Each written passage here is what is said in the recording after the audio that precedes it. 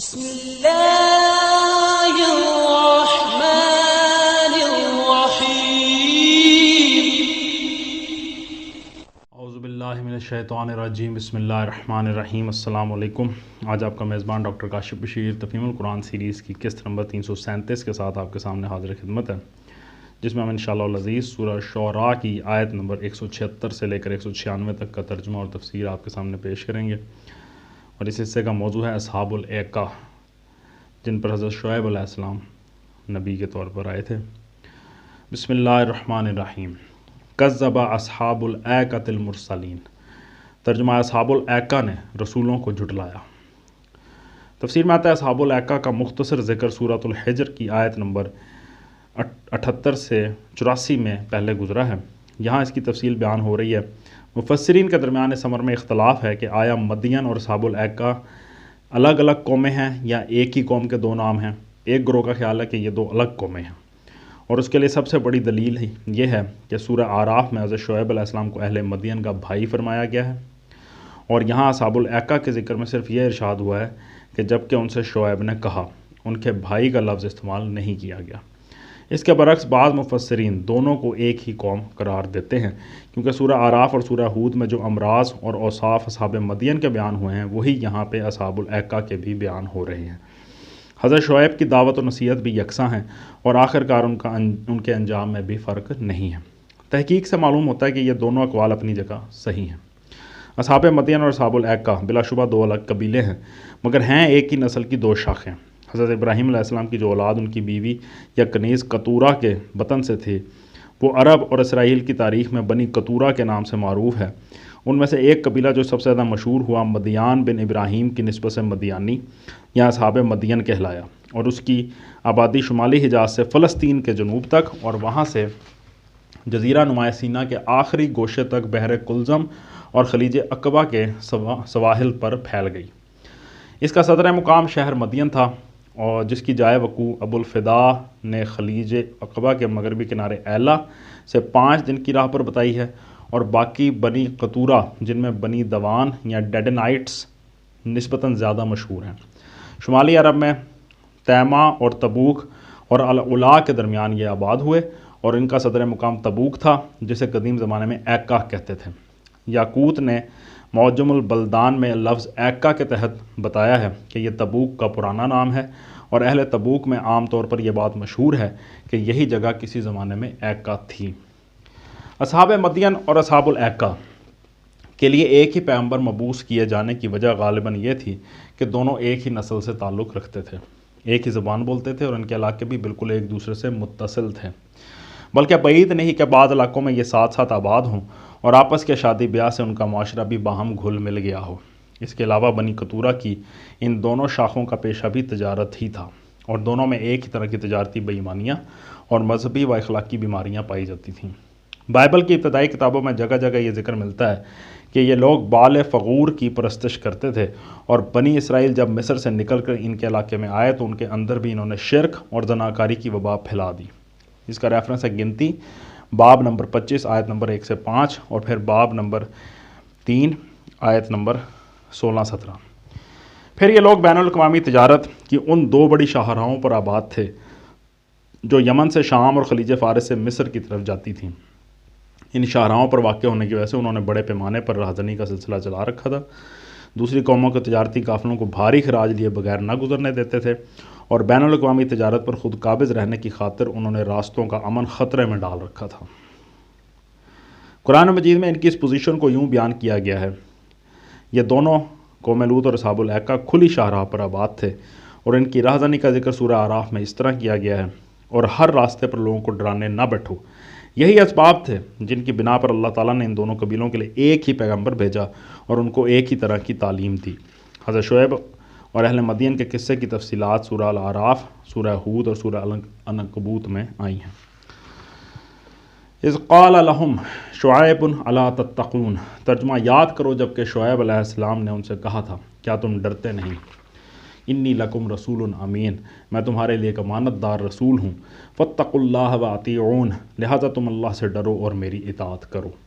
وما اسألکم علیہ من اجر ان اجری الا علی رب العالمین، میں اس کام پر تم سے کسی اجر کا طالب نہیں ہوں، میرا اجر تو رب العالمین کے ذمے ہے۔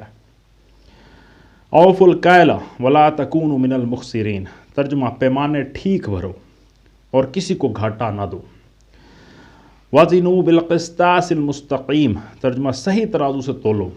ولا تبخسوا الناس اشیاءہم ولا تعثوا فی الارض مفسدین، ترجمہ اور لوگوں کو ان کی چیزیں کم نہ دو، زمین میں فساد نہ پھیلاتے پھرو۔ واتقوا الذی خلقکم والجبلۃ الاولین، ترجمہ اور اس ذات کا خوف کرو جس نے تمہیں اور گزشتہ نسلوں کو پیدا کیا ہے۔ قالوا انما انت من المسحرین، ترجمہ انہوں نے کہا تو محض ایک سحر زدہ آدمی ہے۔ وما انت الا بشر مثلنا وان نظنک لمن الکاذبین، ترجمہ اور تو کچھ نہیں ہے مگر ایک انسان ہم ہی جیسا، اور ہم تو تجھے بالکل جھوٹا سمجھتے ہیں۔ فاسقط علینا کسفا من السماء ان کنت من الصادقین، ترجمہ اگر تو سچا ہے تو ہم پر آسمان کا کوئی ٹکڑا گرا دے۔ قال ربی اعلم بما تعملون، ترجمہ شعیب علیہ السلام نے کہا میرا رب جانتا ہے جو کچھ تم کر رہے ہو۔ تفسیر میں آتا ہے یعنی عذاب نازل کرنا میرا کام نہیں ہے، یہ تو اللہ رب العالمین کے اختیار میں ہے اور وہ تمہارے کرتوت دیکھ ہی رہا ہے۔ اگر وہ تمہیں اس عذاب کا مستحق سمجھے گا تو خود نازل فرما دے گا۔ اصحاب الایکہ کے اس مطالبے اور حضرت شعیب علیہ السلام کے اس جواب میں کفار قریش کے لیے بھی ایک تنبیہ تھی، وہ بھی رسول اللہ صلی اللہ علیہ وآلہ وسلم سے یہی مطالبے کرتے تھے۔ یا پھر گرا دے ہم پر آسمان کا کوئی ٹکڑا جیسا کہ تیرا دعویٰ ہے، یہ سورہ بنی اسرائیل کی آیت نمبر 92 میں کفار مکہ کی طرف سے آیا۔ اس لیے ان کو سنایا جا رہا ہے کہ ایسا ہی مطالبہ اصحاب الایکہ نے اپنے پیغمبر سے کیا تھا، اس کا جو جواب انہیں ملا وہی محمد صلی اللہ علیہ وآلہ وسلم کی طرف سے تمہاری طلب کا جواب بھی ہے۔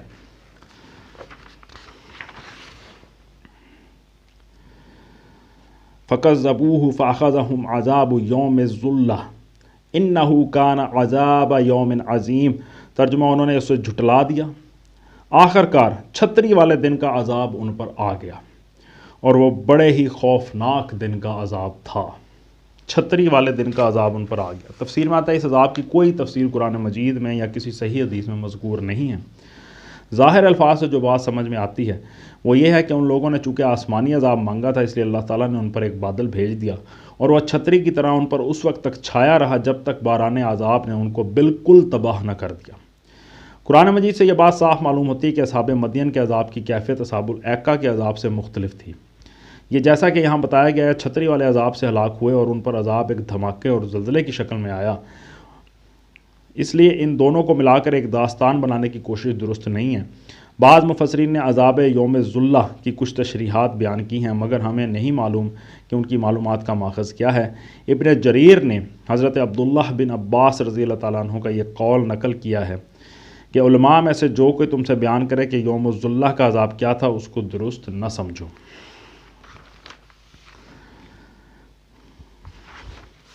ان فی ذلک لآیہ وما کان اکثرهم مؤمنین، ترجمہ یقیناً اس میں ایک نشانی ہے مگر ان میں سے اکثر ماننے والے نہیں۔ وَإِنَّ رَبَّكَ لَهُوَ الْعَزِيزُ الرَّحِيمُ، اور حقیقت یہ ہے کہ تیرا رب زبردست بھی ہے اور رحیم بھی۔ وَإِنَّهُ لَتَنزِيلُ رَبِّ الْعَالَمِينَ، ترجمہ یہ رب العالمین کی نازل کردہ چیز ہے۔ تفسیر میں آتا ہے کہ تاریخی بیان ختم کر کے اب یہاں تک اس سورہ میں جتنے بھی انبیاء کا ذکر آنا تھا، جتنی قوموں کا ذکر آنا تھا وہ ختم ہو گیا، اور اس کے بعد جو سلسلہ کلام ہے اسی مضمون کی طرف پھرتا ہے جس سے سورہ کا آغاز ہوا تھا۔ تو اس کو سمجھنے کے لیے ایک دفعہ پھر پہلے رکوع کو دیکھ لینا چاہیے۔ یعنی وہاں پہ بات شروع ہوئی تھی کتاب مبین سے، یعنی یہ کتاب مبین جس کی آیات یہاں سنائی جا رہی ہیں، اور یہ ذکر جس سے لوگ منہ موڑ رہے ہیں کسی انسان کی من گھڑت چیز نہیں ہے۔ اے محمد صلی اللہ علیہ وآلہ وسلم، اس کو انہوں نے خود تصنیف نہیں کیا ہے بلکہ یہ رب العالمین کی نازل کردہ ہے۔ نزل بہ الروح الامین، اسے لے کر تیرے دل پر امانت دار روح اتری ہے۔ علی قلبک لتکون من المنذرین، ترجمہ تاکہ تو ان لوگوں میں شامل ہو جو خدا کی طرف سے خلق خدا کو متنبہ کرنے والے ہیں۔ تفسیر میں آتا ہے روح الامین سے مراد جبریل علیہ السلام، جیسا کہ دوسرے جگہ قرآن مجید میں ارشاد ہوا سورہ البقرہ کی آیت نمبر 97 میں کہ کہہ دے کہ جو کوئی دشمن ہے جبرائیل علیہ السلام کا تو اسے معلوم ہو کہ اسی نے یہ قرآن اللہ کے حکم سے تیرے دل پر نازل کیا ہے۔ یہاں ان کا نام لینے کے بجائے ان کے لیے روح الامین یا امانت دار روح کا لقب استعمال کرنے سے یہ بتانا مقصود ہے کہ رب العالمین کی طرف سے اس تنزیل کو لے کر کوئی مادی طاقت نہیں آئی ہے جس کے اندر تغیر و تبدل کا امکان ہو، بلکہ وہ خالص روح ہے بلا شائبہ مادیت، اور وہ پوری طرح امین ہے، امانت دار ہے، کوئی خیانت نہیں کرتی۔ خدا کا پیغام جیسا اس کے سپرد کیا جاتا ہے ویسا ہی بلا کم و کاست پہنچا دیتی ہے۔ اپنی طرف سے کچھ بڑھانا یا گھٹا دینا یا بطور خود کچھ تصنیف کر لینا اس کے لیے ممکن نہیں ہے۔ بلسان عربی مبین، ترجمہ صاف صاف عربی زبان میں۔ اس فقرے کا تعلق امانت دار روح اتری ہے سے بھی ہو سکتا ہے اور متنبہ کرنے والے ہیں سے بھی۔ پہلی صورت میں اس کا مطلب یہ ہوگا کہ وہ امانت دار روح اسے صاف صاف عربی زبان میں لائی ہے، اور دوسری صورت میں معنی یہ ہوں گے کہ حضرت صلی اللہ علیہ وآلہ وسلم ان انبیاء میں شامل ہوں جنہیں عربی زبان میں خلق خدا کو متنبہ کرنے کے لیے مامور فرمایا گیا تھا، یعنی ہود، صالح، اسماعیل اور شعیب علیہم السلام۔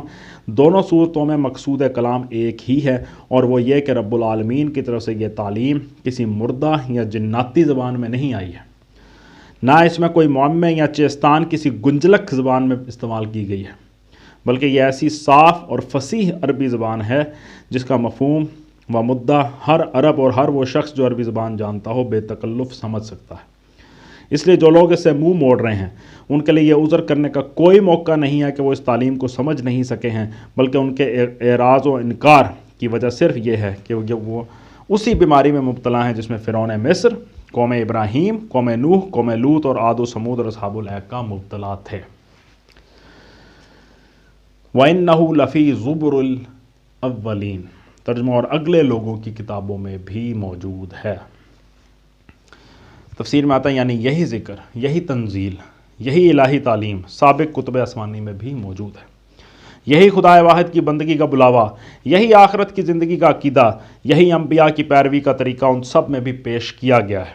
سب کتابیں جو خدا کی طرف سے آئی ہیں شرک کی مذمت ہی کرتی ہیں، مادہ پرستانہ نظریہ حیات کو چھوڑ کر اسی برحق نظریہ حیات کی طرف دعوت دیتی ہیں جس کی بنیاد خدا کے حضور انسان کی جواب دہی کے تصور پر ہے، اور انسان سے یہی مطالبہ کرتی ہیں کہ وہ اپنی خود مختاری سے دستبردار ہو کر ان الہی احکام کی پیروی اختیار کرے جو انبیاء علیہم السلام لائے ہیں۔ ان باتوں میں سے کوئی بات بھی نرالی نہیں جو دنیا میں پہلی مرتبہ قرآن ہی پیش کر رہا ہو، اور کوئی شخص یہ کہہ سکے کہ تم وہ بات کر رہے ہو جو اگلوں پچھلوں میں سے کسی نے بھی نہیں کی۔ یہ آیت من جملہ ان دلائل کے ہے جو امام ابو حنیفہ رحمۃ اللہ علیہ کی اس قدیم رائے کے حق میں پیش کیے جاتے ہیں کہ اگر کوئی شخص نماز میں قرآن کا ترجمہ پڑھ لے تو نماز ہو جاتی ہے، خواہ وہ شخص عربی میں قرآن پڑھنے کی قدرت رکھتا ہو یا نہ رکھتا ہو۔ بنا استدلال علامہ ابو بکر جساس کے الفاظ میں یہ ہیں کہ اللہ تعالیٰ یہی ارشاد فرما رہا ہے کہ یہ قرآن پچھلی کتابوں میں بھی تھا، اور ظاہر ہے کہ ان کتابوں میں وہ عربی الفاظ کے ساتھ نہ تھا، لہٰذا کسی دوسری زبان میں اس کے مضامین کو نقل کر دینا اسے قرآن ہونے سے خارج نہیں کر دیتا۔ احکام القرآن جلد نمبر 100 صفحہ نمبر 429۔ لیکن اس استدلال کی کمزوری بالکل ظاہر ہے۔ قرآن مجید ہو یا کوئی دوسری آسمانی کتاب، کسی کے نزول کی کیفیت بھی یہ نہ تھی کہ اللہ تعالیٰ نے صرف معانی نبی کے دل پر القاء کر دیے ہوں اور نبی نے پھر انہیں اپنے الفاظ میں بیان کیا ہو، بلکہ ہر کتاب جس زبان میں بھی آئی ہے اللہ تعالیٰ کی طرف سے معنی اور لفظ دونوں کے ساتھ آئی ہے۔ اس لیے قرآن کی تعلیم جن پچھلی کتابوں میں تھی انسانی الفاظ میں نہیں خدائی الفاظ ہی میں تھی، اور ان میں سے کسی کے ترجمے کو بھی کتاب اللہ نہیں کہا جا سکتا وہ اصل کا قائم مقام ٹھہرایا جا سکے۔ رہا قرآن تو اس کے متعلق بار بار بصراحت فرمایا گیا ہے کہ وہ لفظاً عربی زبان میں نازل کیا گیا ہے، جیسا کہ سورہ یوسف کی آیت نمبر 2، سورہ رعد کی آیت نمبر 37 اور سورہ زمر کی آیت نمبر 28 میں آیا ہے۔ اور خود اسی آیت زیر بحث سے پہلے متسلن فرمایا جا چکا ہے کہ روح الامین اسے زبان عربی میں لے کر اترا ہے۔ اب اس کے متعلق یہ کیسے کہا جا سکتا ہے کہ اس کا کوئی ترجمہ جو کسی انسان نے دوسری زبان میں کیا ہو وہ بھی قرآن ہی ہوگا اور اس کے الفاظ اللہ تعالیٰ کے الفاظ کے قائم مقام ہوں گے؟ معلوم ہوتا ہے کہ استدلال کی اس کمزوری کو بعد میں خود امام ممدوح نے بھی محسوس فرما لیا تھا۔ چنانچہ معتبر روایات سے یہ بات نقل ہوئی ہے کہ انہوں نے اس مسئلے میں اپنی رائے سے رجوع کر کے امام ابو یوسف اور امام محمد کی رائے قبول کر لی تھی، یعنی یہ کہ جو شخص عربی زبان میں قرات پر قادر نہ ہو وہ اس وقت تک نماز میں قرآن کا ترجمہ پڑھ سکتا ہے جب تک اس کی زبان عربی الفاظ کے تلفظ کے قابل نہ ہو جائے، لیکن جو شخص عربی میں قرآن پڑھ سکتا ہو وہ اگر قرآن کا ترجمہ پڑھے گا تو اس کی نماز نہ ہوگی۔ حقیقت یہ ہے کہ صاحبین نے یہ رعایت دراصل ان اجمی 9 مسلموں کے لیے تجویز کی تھی جو اسلام قبول کرتے ہی فوراً عربی زبان میں نماز ادا کرنے کے قابل نہ ہوتے تھے، اور اس میں بنائے استدلال یہ نہ تھی کہ قرآن کا ترجمہ بھی قرآن ہے، بلکہ ان کا استدلال یہ تھا کہ جس طرح اشارے سے رکوع و سجود کرنا اس شخص کے لیے جائز ہے جو رکوع اور سجدہ کرنے سے عاجز ہو، اسی طرح غیر عربی میں نماز پڑھنا اس شخص کے لیے جائز ہے جو عربی تلفظ پر قادر نہ ہو۔ اور علی حاضر قیاس جس طرح عجز رفع ہو جانے کے بعد اشارے سے رکوع و سجود کرنے والے کی نماز نہ ہوگی، اسی طرح قرآن کے تلفظ پر قادر ہو جانے کے بعد ترجمہ پڑھنے والے کی نماز بھی نہ ہوگی۔ اس حوالے سے مفصل بحث کے لیے ملاحظہ ہو مبسوط سرخسی جلد نمبر اول صفحہ نمبر 37، فتح القدیر و شرح عنایہ علی الہدایہ جلد نمبر 1 صفحہ نمبر 190 سے 201۔ صدق اللہ العلی العظیم۔ الحمدللہ آج ہم نے سورہ شعراء کی آیت نمبر 196 تک کا ترجمہ اور تفسیر آپ کے سامنے پیش کیا۔ اللہ تعالیٰ سے دعا ہے کہ اللہ تعالیٰ ہمارے پڑھنے کو اور آپ کے سننے کو قبول فرمائے، اور قرآن مجید کے مطالب و مضامین کو ہم بہتر طریقے سے سمجھ سکیں اور اپنی زندگیوں میں نافذ العمل کر سکیں، اور اللہ تعالیٰ ہمیں توفیق عطا فرمائے کہ ہم عربی زبان بھی سیکھیں، اس کو سمجھیں، تاکہ ہم قرآن مجید کو اس کے صحیح لہجے میں سمجھ سکیں، اس کی صحیح لہجے میں جیسے وہ آپ سے مخاطب ہے اس کو سمجھ سکیں۔ یہ بہت امپورٹنٹ ہے، اور جس طرح انگلش پڑھنی ہے، انگلش کو کتاب پڑھنی ہے، اگر آپ انگلش زبان نہیں سمجھتے تو آپ اس کے صحیح جو اس کا سینٹیمنٹ ہے، اس کا جو اصل جو پیغام ہے وہ نہیں سمجھ سکتے اس کتاب کا۔ اسی طرح سے عربی زبان جب تک ہم نہیں سیکھیں گے تو ہم صحیح طرح سے اس کے مطالب و مضامین کو نہیں سمجھ سکتے۔ اللہ تعالیٰ سے دعا ہے کہ اللہ تعالیٰ ہمیں توفیق سے نوازے کہ ہم عربی زبان سیکھیں۔ اسی دعا کے ساتھ آپ سے اجازت چاہیں گے، اپنا بہت خیال رکھیں۔ آپ لوگوں کا بہت بہت شکریہ۔ اللہ حافظ۔